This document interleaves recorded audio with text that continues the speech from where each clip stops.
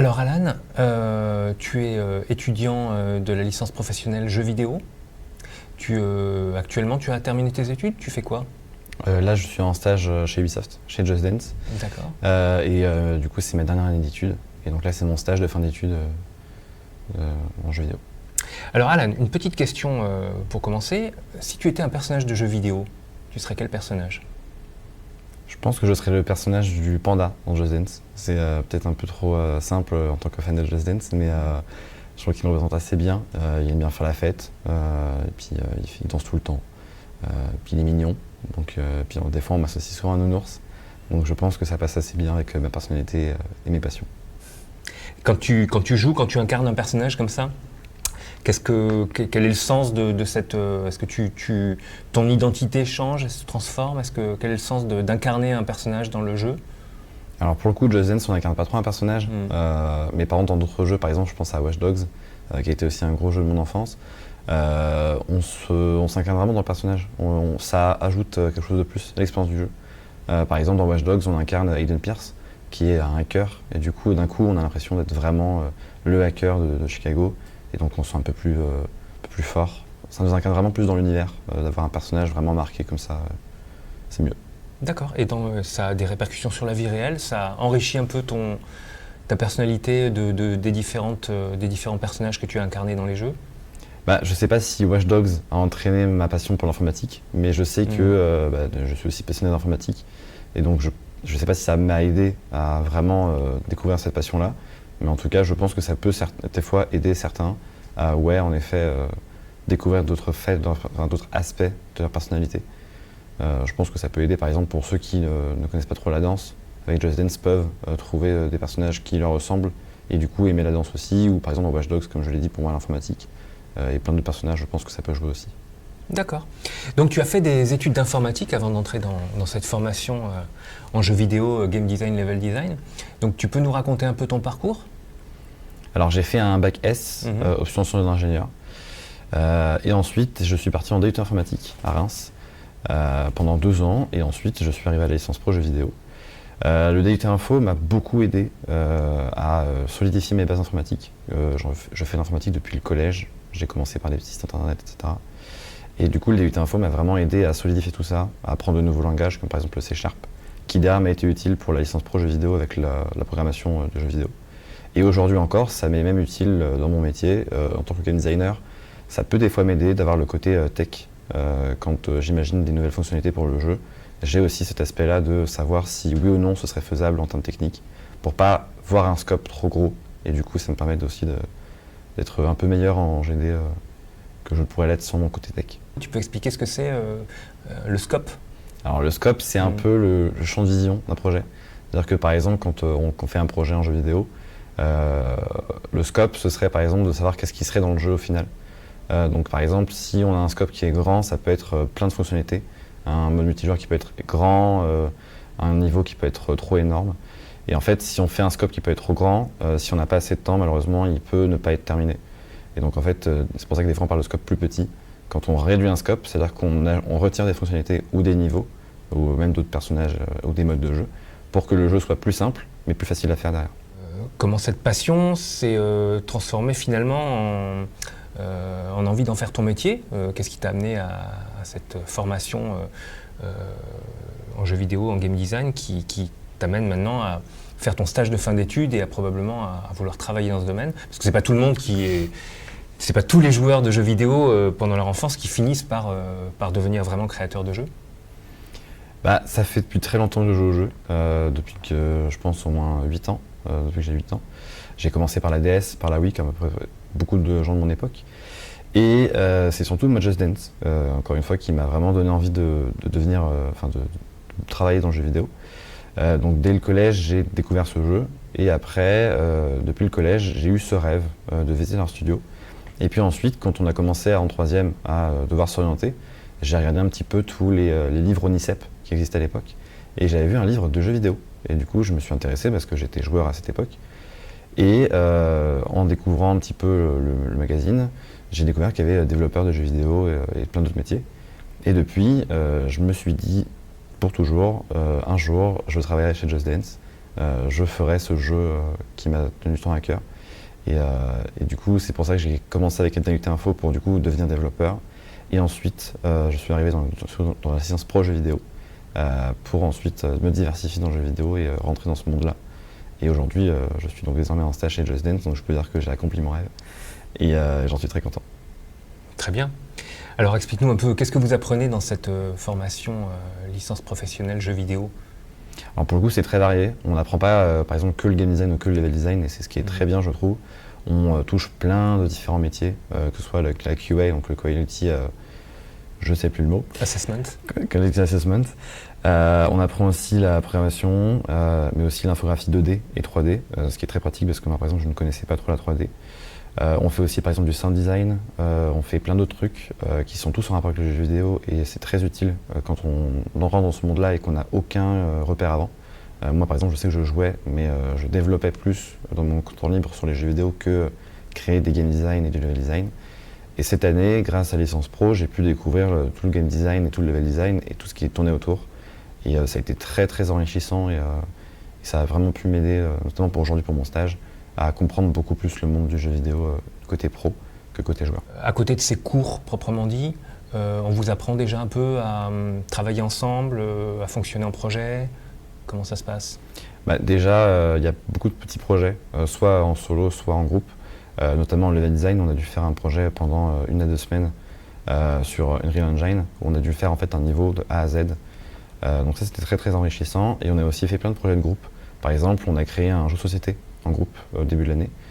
Donc on était un groupe de 3, nous par exemple, et on a réussi à créer un petit jeu d'apéro qui était très sympa. Et on a aussi eu du coup le PFE à la fin d'année, où on était un groupe un peu plus grand, on était soit 5 à 6. Et du coup ça nous a permis de découvrir aussi le travail en groupe. Pour ceux qui ne connaîtraient pas, tu peux expliquer ce que veut dire PFE? Alors le PFE c'est le projet de fin d'études, c'est le projet qu'on fait à la fin de notre licence pro, qui du coup compte beaucoup dans la note de fin de la licence pro. Donc c'est une réalisation en équipe qui est déjà proche d'un jeu fonctionnel? C'est ça, on fait vraiment un jeu de A à Z, les niveaux, le game design, la conception graphique, que ce soit 2D ou 3D, le sound design, la programmation, on fait vraiment tout de A à Z. C'est comme si on créait un petit jeu, mais tous ensemble à l'école et c'est plus sympa. D'accord. Et donc explique-nous un peu quel est le sens de travailler en équipe dans ce contexte-là. Vos compétences se complètent? Comment ça se passe, ce développement d'un projet en équipe?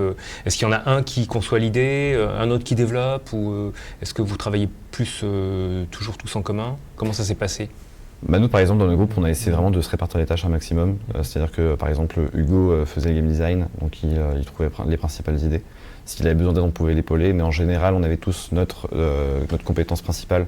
Par exemple, moi, j'ai été le programmeur du jeu, et du coup, j'ai pu mettre toutes mes compétences de programmation dans le projet. Et chacun était donc avec un titre attitré.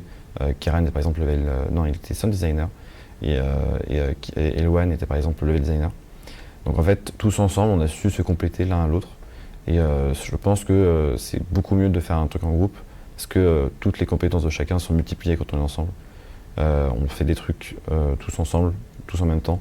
Et du coup, le projet avance beaucoup plus vite et c'est plus sympa aussi quand on peut s'aider notamment par exemple l'un à l'autre. Très bien. Et vous n'êtes pas sorti de l'IUT de Bobigny pendant toute cette année, ou vous avez aussi eu l'occasion de travailler avec d'autres, de rencontrer d'autres contextes? On a pu faire notamment une game jam avec une autre école d'ingénieurs. Tu veux expliquer ce que veut dire game jam pour les gens qui ne connaîtraient pas? Alors une game jam, c'est un peu comme un PFE, mais avec des gens de l'extérieur. En gros, vous vous retrouvez pendant un certain laps de temps, en groupe ou tout seul, comme vous voulez. Et vous devez faire un jeu sur un thème imposé en général. Et vous avez du coup, par exemple, souvent c'est un week-end, ça peut être une semaine, ça peut être même un jour ou même 1 heure. Et en gros, le but c'est du coup à la fin de ce laps de temps de sortir un jeu qui pourrait même par exemple sortir sur les boutiques en ligne et autres. D'accord. Donc vous, pendant cette game jam, comment ça s'est passé? Qu'est-ce que vous avez réalisé comme jeu? Nous, on a fait un petit jeu sur l'effondrement de la société. Alors c'est pas très joyeux dit comme ça. Mais c'était quand même très réaliste, cool. C'était assez réaliste. C'était inspiré d'une série qu'on a vue sur YouTube, des Parasites. Et c'était vraiment très sympa à faire parce que notamment Adrien a glissé plein de petites blagues dans le jeu, plein de petits clins d'œil. Ça a été très compliqué parce que on a eu beaucoup de mal à trouver un groupe, donc on a perdu beaucoup de temps là-dessus. Au final, on a fait du coup un groupe que entre licence pro jeux vidéo, ce qui était aussi un avantage parce qu'on a pu se voir du coup sur place à l'UIT avec la salle du coup de cours dont on a pu réserver. Donc c'était quand même très cool parce qu'on a pu au moins avoir ce côté réel qui nous a permis du coup d'être beaucoup plus rapide et beaucoup plus efficace. Et on a réussi quand même à sortir un jeu, étonnamment, mais qui marchait à peu près. Et très sympa, très fier du résultat parce que c'est quand même quelque chose d'assez cool. Et puis, D'accord, donc ces projets et ces réalisations dont vous êtes fiers, après c'est ce qui vous permet aussi d'exhiber vos compétences quand vous cherchez un stage ou un boulot? Exactement, ça permet vraiment de démarquer un maximum par rapport aux autres. Par exemple, là sur mon portfolio, j'ai au moins 3 jeux, dont un jeu de société, ce qui est quand même très cool parce que c'est assez diversifié en plus. Et c'est pas toujours les mêmes jeux. Par exemple, j'ai fait un jeu sur Ratatouille, j'ai fait un jeu d'apéro, j'ai fait un jeu sur l'effondrement, on a fait un jeu où on traverse des câbles électriques. Donc vraiment tout est diversifié et ça permet vraiment de me montrer qu'on est capable de faire des choses qui sont assez sympas, qu'on est capable aussi de travailler en équipe ou même en solo.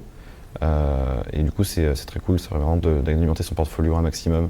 Par exemple avant la licence pro, j'avais rien de jeux vidéo dans mon portfolio, à part un mode, mais sinon je pense que ça aide vraiment à améliorer son portfolio un maximum. Très bien. Et donc avec tout ça, est-ce qu'on arrive à trouver un stage facilement? Mais c'était compliqué parce qu'on sortait un peu de la période de Covid, mais puis le jeu vidéo avait eu un petit peu un enclin. Mais on arrive quand même à trouver quelque chose assez facilement quand on cherche vraiment un maximum. J'ai réussi à en trouver un et j'en suis très content. Donc, mon portfolio a quand même aussi beaucoup aidé, notamment sur le côté tech. Je sais qu'à l'entretien, on m'avait dit que c'était un bon point. Donc je suis très content du portfolio que j'ai aujourd'hui. Alors qu'est-ce que tu fais en stage actuellement? Là, je suis game designer assistant chez Just Dance à Ubisoft. Et donc là, je suis sur le prochain Just Dance 2024. Tu te vois faire quoi dans 5 ans? Encore toujours ce métier J'espère rester chez Just Dance. Et après, le métier, tout dépendra de là où j'irai et de là où le vent me portera. Ce qui est bien, c'est que j'ai un profil qui est quand même assez touche à tout. Grâce au modding que j'ai pu faire, donc je peux très bien devenir prog comme UI artiste ou game designer ou même level designer. Tant que c'est un métier qui reste dans le jeu vidéo ou chez Just Dance, moi ça m'ira en général si j'ai les compétences pour. D'accord.